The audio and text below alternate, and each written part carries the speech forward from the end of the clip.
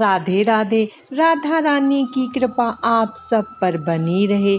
आज हम जेठ अमावस्या की व्रत कथा सुनेंगे।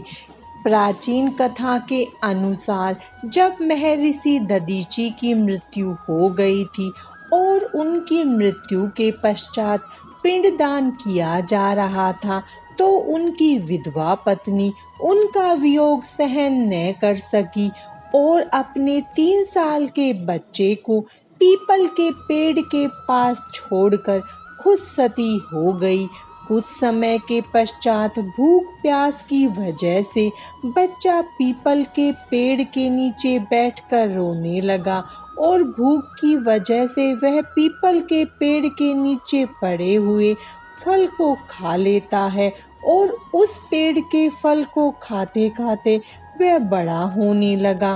कुछ समय पश्चात महर्षि नारद मुनि वहां से गुजर रहे थे और उन्होंने उस बालक को वहां देखकर उस बालक से उसका परिचय पूछा। बालक ने महर्षि नारद मुनि के सवाल का जवाब देते हुए कहा कि मैं खुद नहीं जानता कि मैं कौन हूँ। कुछ समय बच्चे को ध्यान से देखने के पश्चात महर्षि नारद मुनि जी ने बताया कि तुम महर्षि दधीचि के पुत्र हो और उन्हीं की अस्थियों का वज्र बनाने के बाद देवताओं ने असुरों पर जीत हासिल की।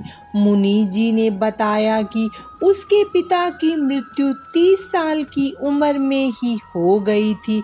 जब बालक ने नारद मुनि जी से अपने पिता की मृत्यु का कारण पूछा, तो महर्षि नारद मुनि ने बताया कि उनके पिता पर शनि देव जी की महादशा थी और यह बात कहने के पश्चात महर्षि जी ने बालक का नाम पिप्पलाद रख दिया और उसे अपने अंतर्गत शिक्षण देना शुरू कर दिया। कुछ समय के बाद जब बच्चा बड़ा हुआ तो उसने ब्रह्मा विष्णु जी की घोर तपस्या की।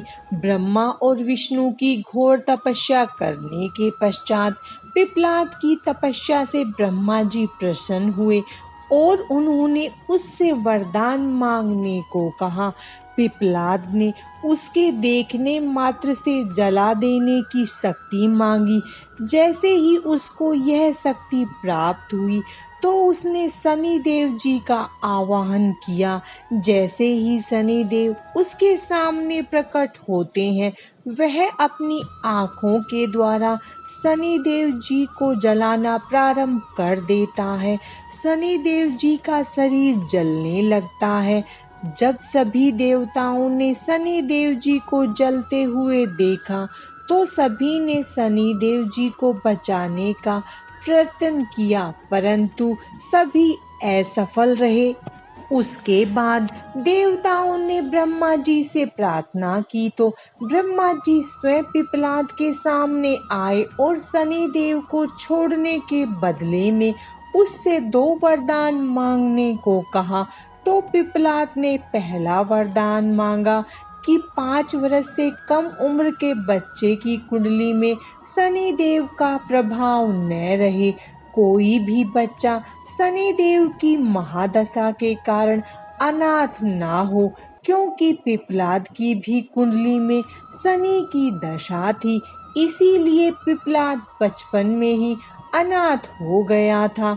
उसने दूसरे वरदान में मांगा कि जो भी व्यक्ति सूर्य उदय से पहले अमावस्या के दिन पीपल के वृक्ष को अर्घ्य देगा, उस व्यक्ति पर शनि देव का कोई भी बुरा प्रभाव नहीं पड़ना चाहिए। ब्रह्मा जी ने यह दोनों वरदान पिप्पलाद को प्रदान किए और उसके पश्चात उसने शनि देव जी को छोड़ दिया। उसी दिन से ज्येष्ठ अमावस्या के दिन पीपल की पूजा का प्रावधान है और इसकी पूजा करने से संपूर्ण सुखों की प्राप्ति होती है। जेठ अमावस्या व्रत कथा समाप्तम। बोलो राधे राधे।